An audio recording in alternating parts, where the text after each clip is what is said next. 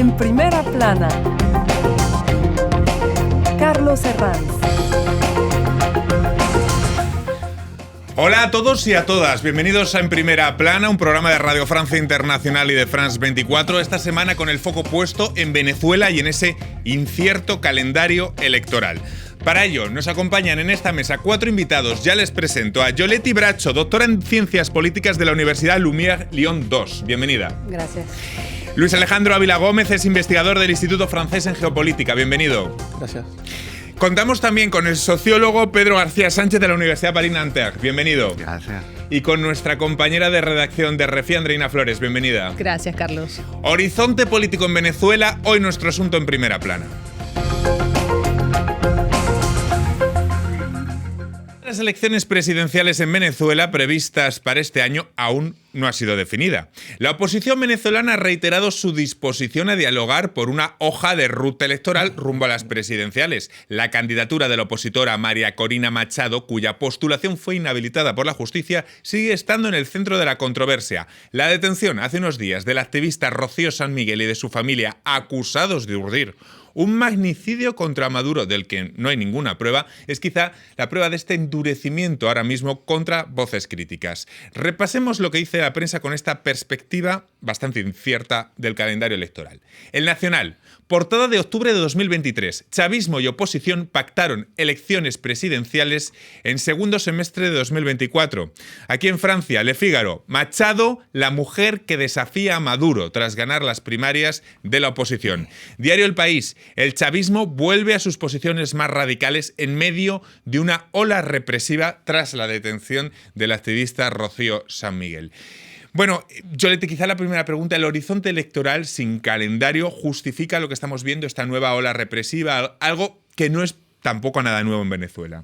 Bueno, en realidad tenemos ahorita un acuerdo que fue firmado entre el gobierno de Maduro y una parte de la oposición que este gobierno ha creado para sí misma, un acuerdo que fue llamado Acuerdo Nacional de Principios Generales, que presenta un calendario o al menos una serie de propuestas de fechas para las elecciones para el final del año. Son las 27 fechas que ha propuesto, exacto, ¿no? Que van desde ahorita abril hasta el mes de diciembre. Este acuerdo va a ser presentado hoy, el 1 de marzo, al Consejo Nacional Electoral, quien se supone es la instancia que debe decidir cuál va a ser la fecha para las elecciones. Sin embargo, obviamente sabemos que esta agenda electoral está supeditada a la necesidad del chavismo de gobierno de controlar estas elecciones para, digamos, tratar de mostrar de cierta manera que hay una institucionalidad detrás de las elecciones, que hay una cierta legalidad, pero al mismo tiempo controlar el resultado. Pero si bien entendido, ese calendario electoral que propone el chavismo de 27 fechas electorales es pesa el órgano encargado, el Centro Nacional Electoral, no tiene nada que ver con estas propuestas de 27 fechas, ¿no? Las propuestas fueron hechas por distintos actores de partidos políticos venezolanos que de cierta manera han decidido acordar con el gobierno de Maduro, pero bueno, tomemos en cuenta que estos partidos también han sido intervenidos históricamente, que representan una cierta oposición y no necesariamente representan a la plataforma unitaria democrática, que es la representación, digamos, histórica de la oposición. Porque hasta ahora. Imagino, Luis Alejandro, que si hay fechas ya propuestas para abril, además para organizar unas elecciones que hay unos observadores internacionales, eso no puede ser posible, que fuera ya mismo en abril.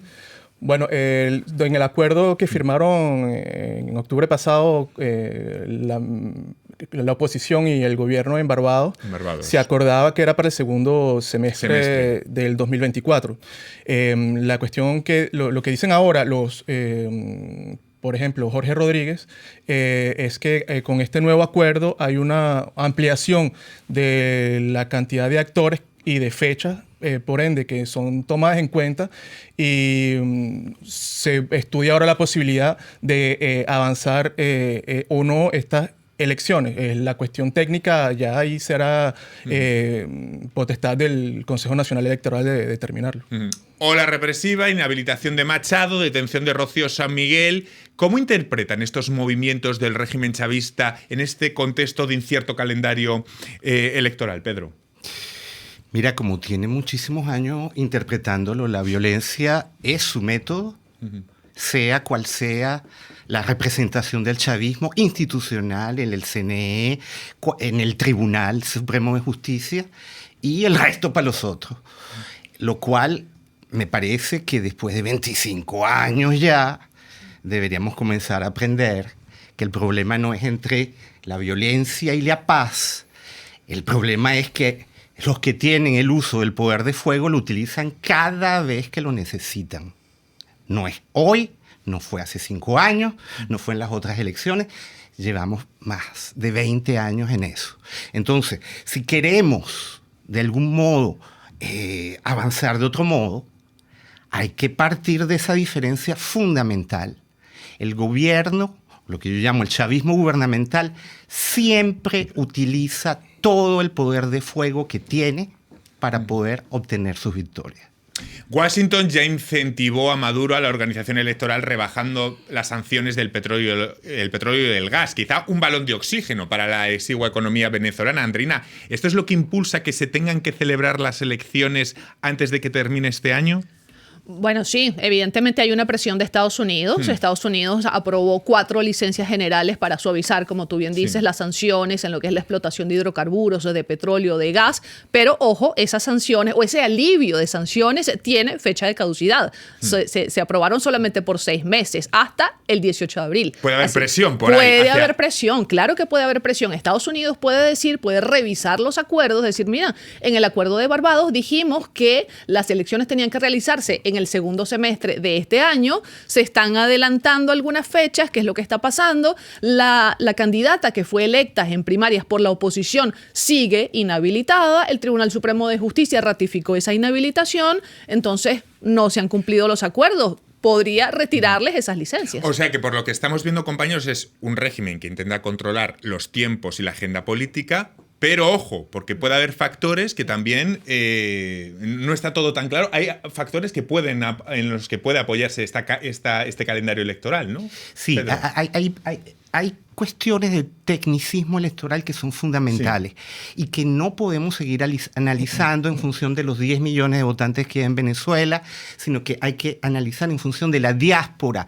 8,8 millones según el Observatorio de la Diáspora dirigido por Tomás Páez. Diferencia con la OIN, que son 7,8. ¿Qué quiere decir eso? Allí hay casi el doble o la misma cantidad de votantes que hay afuera. Y, como tú señalaste, para poder, en las condiciones legales, realizar una elección, hay que inscribir todos los nuevos votantes. Hay un lapso de 6 meses para inscribirlo. Es decir, que si ya en agosto esas 24 proposiciones, se escoge cualquiera de agosto para acá, nadie se puede inscribir, lo cual va a darle, evidentemente, como siempre con el chavismo, va a hacer que el terreno ya esté inclinado así, en ese momento se va a inclinar así. Con esos tiempos me imagino que juega el chavismo. Vamos a intentar poner luz a algunas preguntas que nos plantean este incierto calendario electoral. La primera, ¿en qué se basa la justicia venezolana para inhabilitar a la candidata opositora que ha salido de primarias, María Corina Machado? En la idea en que el militantismo, digamos, de María Corina históricamente y el hecho de que ella ha formado parte de las coaliciones opositoras que históricamente han acompañado los esfuerzos de Estados Unidos para hacer presión sobre Venezuela y ha apoyado entonces las acciones de sanciones económicas, etcétera. Esto vendría a hacer de María Corina una traidora. Y por lo tanto, o sea, está esta idea de que haciendo apoyo hacia las presiones internacionales hay una cierta traición a la patria, es la manera en cómo esto de cierta manera está presentado, y por lo tanto entonces ella es inhabilitada porque no tendría legitimidad para ser presidenta de Venezuela. Bueno, quería hacer una precisión. Esta es la razón real, la que tú has descrito. Ahora vamos a lo oficioso. Exactamente, pero fíjate, en el papel, la Contraloría General, ¿tú sabes por qué inhabilitaron a María Corina Machado? Porque no había declarado en su patrimonio personal la recepción de cesta tickets. ¿Sabes lo que es un cesta ticket? Los bonos de alimentación. Le ticket restaurant que utilizamos. Restaurante, el ticket restaurante, exactamente. O sea, esos bonos que tú recibes como parte de tu salario. Usted no los declaró, entonces usted no hizo la declaración correcta de su patrimonio, está inhabilitada. Que es una caricatura. Sí. Esto me lleva a preguntarles por otra cuestión. No sé si quiere decir que si María Corina Machado es candidata es porque, si consigue serlo, o consigue no ser habilitada finalmente, es porque en el chavismo se ha producido un quiebre interno que lo haga posible. ¿Solo esa posibilidad posibilidad podría llevar a unas elecciones con María Corina Machado? Luis. Bueno, yo primero quiero hablar sobre los tiempos, porque pudiera ser probablemente es una posibilidad avanzada la elección, es también por el hecho de que esta inhabilitación de María Corina Machado al parecer no va a ser levantada, y la oposición continúa en sus últimas declaraciones a respaldar a María Corina, y también ella misma en sus declaraciones continúa siendo candidata. Eso nos lleva a un impasse, ¿no? La estrategia política puede ser de adelantar para evitar que esta situación de impasse pueda desembocar en manifestaciones o en las calles, como hemos visto en el pasado reciente en Venezuela, que ha generado... Pregunta, ¿la oposición tiene un plan B en caso de que María Corina Machado siga inhabilitada, un plan que plegarse respecto a él, o va a ir solo con la premisa de que unas elecciones libres son como con María Corina Machado o no son? Pregunta clara, Andreina o Pedro. Yo pienso que eventualmente la oposición venezolana va a tener que abrirse a la posibilidad de que haya un candidato de reemplazo. ¿Eso ya está siendo estudiado? Pienso que puede ser una de las cartas sobre la mesa. Sin embargo, María Corina Machado ya ha dicho que reemplazarla no es un plan B, pero bueno, forma parte... A ella no le queda otra, claro, que a ella no le queda su otra. discurso de campaña tiene que ser ese, sin duda. Quien piense aún hoy que ese tipo de decisiones se toman en Caracas está completamente fuera de foco. Lavrov, ministro de Putin, la semana pasada visitó 3 países: Cuba, México, Venezuela. ¿Ok? Cualquier plan B, o C, o D, en función de las diversas oposiciones, eso se está negociando con Caracas, con La Habana, con Moscú, con Washington, y es en función de eso que vamos a ver si efectivamente hay planes B o C o D. Pero quien siga pensando que la cuestión es que María Corina designe a alguien, quien siga pensando que con el aparato de Estado actual, que es el que produce las elecciones, es decir, el que hace que el campo tenga el césped, no esté inclinado, etcétera, piensa que se puede hacer. Hay que mirar a la geopolítica. Vamos a hacer una breve pausa en este punto, pero ahora recogemos sedes y les sigo preguntando por esos posibles o no plan B, pero va a ser a la vuelta de pausa aquí en Primera Plana. Hasta ahora.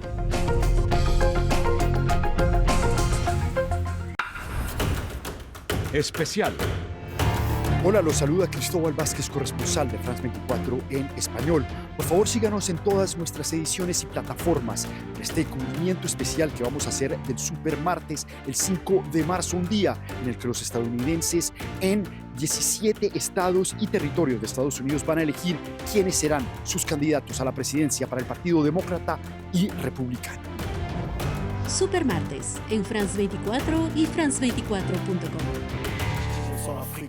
Seguimos en Primera Plana esta semana analizando el calendario incierto de las elecciones venezolanas, con muchos interrogantes. Lo hacemos con Yoletti Bracho, doctor en Ciencias Políticas, Luis Alejandro Ávila, investigador, Pedro García, sociólogo, y nuestra compañera periodista de la redacción de RFI, Andreina Flores.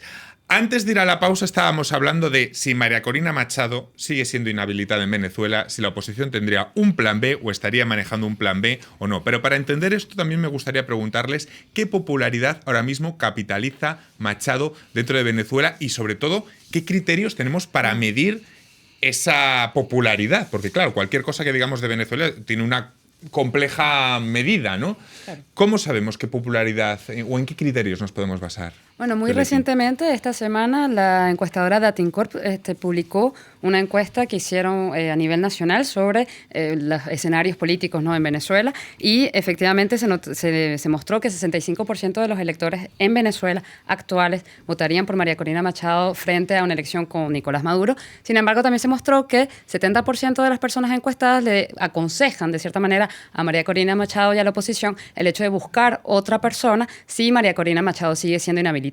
Finalmente, la discusión para la gente parece no ser la persona como tal, pero el hecho de construir una estrategia de cambio. Efectivamente, María Corina Machado se muestra su popularidad importante a partir de las primarias. En el momento de las elecciones primarias, o en octubre, hubo 2 millones de personas que se movilizaron y le dieron más del 90% de los votos a esta persona. Sin embargo, si pensamos que en Venezuela hay aproximadamente hoy en día 10 millones de electores, claro, tomando en cuenta que hay casi 10 millones de personas que están por fuera que no pueden votar, personas que deberían ser inscritas y que no pueden ser inscritas. De esos 10 millones, hay 2 millones que se movilizaron por ella. Es una gran victoria, pero bueno, todavía falta camino. La cuestión ahora es saber, sí, Pedro. Sí, esos son los criterios de la ciencia política, las encuestas. Yo creo que uno de los modos fundamentales en los que se ve hoy día la popularidad de María Corina, Andreina lo señaló hace un momento, es como ese personaje que hasta hace muy poco las oposiciones y el gobierno señalaban como la mantuana, la millonaria, la ama del valle, etcétera, etcétera, ¿ok? Élite, es llevada en brazos por las capas sociales más bajas. El lumpen, la gente que no recibe remesas del exterior, los nuevos pobres venezolanos desde hace ya 20 años. Esa es la gente. La cantidad de videos que circulan en la que son las viejitas que ni siquiera pueden hablar y que dicen, estamos contigo. Ese tipo de signos que antes los acaparaba Chávez, hoy día los acapara María Corina. Otra protagonista de la actualidad, la detención hace unos días del activista Rocío San Miguel y de su familia acusados de urdir un magnicidio contra Maduro del que no hay pruebas, es quizás la prueba también de ese endurecimiento contra voces críticas.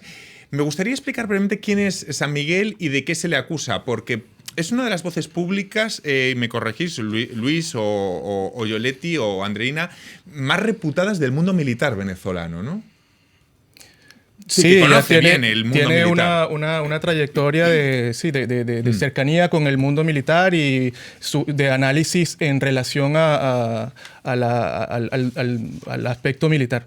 Y un universo castrense que por otro lado es opaco y tiene una complejidad en Venezuela. Sí. Saber lo que pasa ahí, muchas veces los periodistas hemos querido saber qué pasaba en el universo castrense venezolano y nos pareció una pieza clave de todo lo que hablamos hoy. Sí. Y ahora, más recientemente, con su ONG Control Ciudadano, bueno, ella, según lo que ha revelado el gobierno venezolano de una serie de atentados en grado de frustración, al parecer una de las personas que capturaron en uno de esos planes que buscaba atacar desde el estado del Táchira cuarteles del ejército y dentro de los documentos que fueron incautados, según las autoridades venezolanas, habían contactos con esta señora Rocío San Miguel. Y es a partir de ahí que ellos hacen investigaciones y llegan a ella. Bueno, de la parte del detalle de cómo se llega a eso no lo tengo, pero es lo que debe ser el gobierno. Sí, yo creo que lo que yo diría, respecto a la persona de Rocío San Miguel como tal, es que en este momento ya está representando una dinámica que es una dinámica general que a veces está invisibilizada, que es la de la criminalización, de la sociedad organizada en Venezuela. O sea, en general, cuando la gente se organiza para defender sus derechos, cuando la gente se organiza para simplemente, aportar su voz como ciudadanos, pues hay una dinámica de criminalización de estas organizaciones y de las figuras como Rocío San Miguel que son visibles de estas organizaciones. Entonces, esta persona la vemos hoy en día porque aparte está vinculada a este supuesto magnicidio, pero sin embargo ella es una representación de una dinámica general que es hoy en día cotidiana en Venezuela. Rocío San Miguel, una experta en ese universo militar, y les pregunto, ¿Qué situación vive precisamente ese universo militar venezolano ahora mismo? ¿Maduro controla todo, Andreina? Yo no sé si controla todo el universo militar. Seguramente habrá militares que están pues, en descontento con respecto al régimen de Nicolás Maduro, pero lo cierto es que si los hay, se callan. Hay un bloque militar que está muy, muy conectado con la cúpula del gobierno, que tiene intereses, que tiene negocios, y eso todo el mundo lo sabe, y bueno, de alguna manera pues está contento con que Maduro siga ahí y puede seguir años de años y décadas de décadas, y eso les conviene. Pedro. Pero habrá otros que sí están pues descontentos. Retomo lo que dice Andreina. Tú dijiste, todo el mundo lo sabe. Y digo, realmente no solo en Venezuela, todo el mundo sabe que eso es así. ¿Ok? Es por eso que hoy se decide en Ginebra, en la Corte Internacional de Derechos Humanos, justamente si todo el proceso que se ha generado desde la Organización de Estados Americanos, con los testimonios de los torturados, ¿ok? Y que sea el fiscal de derechos humanos internacionales ha ido llevando y ha casi obligado al gobierno venezolano a aceptar que se haga eso, hoy se decide si va a continuar o no. Otro factor, el Esequibo. Les quiero preguntar, Yolet y Luis Alejandro, ¿el chavismo abrió con el Esequibo un nuevo frente para asegurarse un control absoluto hasta las presidenciales de 2024? Es decir, un escenario de intensificación del conflicto abre la puerta a declarar, por ejemplo, un estado de emergencia que le permita al gobierno postergar las elecciones. No sé si conviene recordar brevemente ese referéndum por el Esequibo que se hizo, creo que fue en diciembre, ¿no?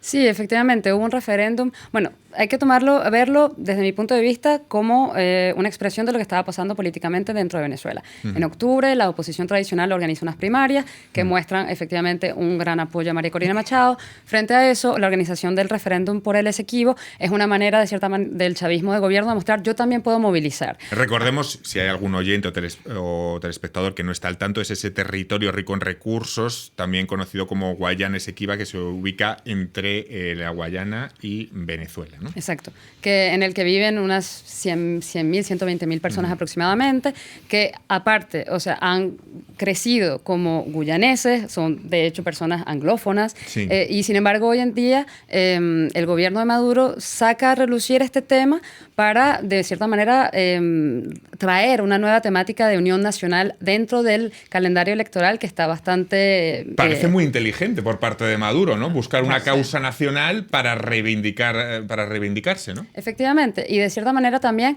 para mostrar que hay batallas en las cuales si el gobierno de Maduro pone el frente, nadie puede decir que no detrás, porque finalmente una oposición venezolana a la tampoco... oposición le cuesta articular un discurso contra el Esequibo. Porque no puede necesariamente articularlo. Puede decir, sin embargo, puede mostrar que la cuestión del Esequibo está siendo instrumentalizada. Eso lo puede hacer la oposición y lo ha hecho. Lo que difícilmente puede hacer la oposición es decir, Venezuela no le interesa el Esequibo. Es una batalla, es una lucha territorial que existe desde el siglo XVIII o XVII y que aparte con la cual los venezolanos durante todo el siglo XX también crecieron. Entonces es difícil argumentar, crear un discurso contra la lucha por el Esequibo. En 2018 el propio Maduro se reeligió con 6 millones de votos en unos comicios adelantados con los principales candidatos opositores inhabilitados y que no fueron reconocidos por la comunidad internacional. La semilla del largo conflicto institucional que ha atravesado Venezuela los últimos años. ¿Cómo han sido desde entonces estos años, estos 5 últimos años? Si pudiéramos dar algunas pinceladas, Luis. Sí, bueno, ha habido la tensión en el país ya en los últimos 2-3 años se han reducido bastante, pero yo quisiera venir al tema del Esequibo, porque sí, claro, como decíamos, que es un tema de invocar la unión nacional en tiempos de crisis, un clásico de la retórica política en tiempos de crisis, pero más allá de este escenario a lo interno, hay otros, si abrimos un poquito el foco, podemos ver que hay una dinámica en el territorio que se ha estado dando que ha contribuido a esta situación. El hecho electoral contribuye a explicar, pero no lo es todo. Y si me permites decirte otro punto que ha contribuido es, por ejemplo, como ya habías tú dicho, que el Esequibo es una región que está disputada con Guyana. Sí. Actualmente, desde el 2018, Guyana introdujo una demanda demanda en la Corte Internacional de Justicia para que esta disputa sea solucionada de manera judicial en La Haya. En abril del año 2023, la Corte Internacional de Justicia saca una decisión en la cual dice no considerar la interposición puesta por Venezuela, que la consideraba como no apta para juzgar esta resolución de la disputa.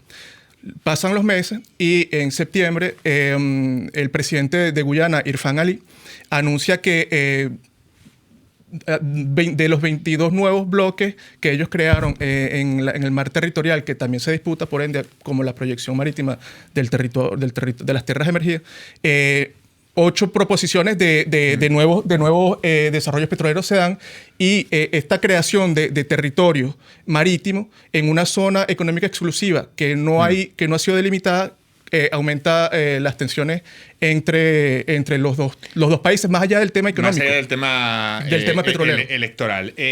Andreina, rápido, una pincelada. Tú hacías una pregunta muy importante. ¿Cómo ha sido Sí. Venezuela en estos 5 años? Te cuento yo que estuve en julio. Sí. ¿Ok?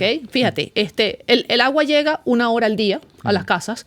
Tú te sientas a comer y la comida te puede costar lo mismo que te cuesta aquí en París. Un maestro cobra $5 al mes y la sentada a comer te cuesta $60 por persona, por ejemplo. Entonces no es solamente la popularidad de Machado que tú mencionabas hace un rato, sino el descontento con Maduro, la vida cotidiana. Es carísima, es difícil y toda la gente quiere un cambio. ¿Chavista o no chavista? Vamos a un cambio. Ese es el lema que yo escuché. Me quedo sin tiempo para más. Ha sido un placer tenerles hoy a los 4. Hemos repasado bastantes de los temas que están en la agenda en esta perspectiva electoral tan incierta que se abre para Venezuela. Seguiremos contándolo aquí en Primera Plana. Y a todos ustedes, hasta la próxima semana. Gracias.